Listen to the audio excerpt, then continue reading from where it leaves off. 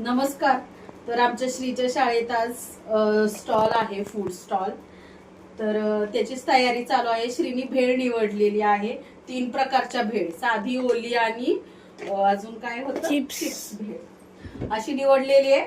आणि त्याच्यामध्ये बघा आम्ही काय काय घेऊन चाललेलो आहोत. मीठ, चटणी, सुकी काय म्हणतात ह्याला, छोटीशी बारीक शेव, नंतर सगळा कांदा बिंदा कापून ठेवलाय, आणि हे चिप्स आहे, आणि इथं आम्ही मुरमुरे घेतलेले आहेत, चाट मसाला आहे, आणि हँड ग्लोव्स पण आहेत विशेष म्हणजे, आणि हे काय प्लेट्स आणि चमचे.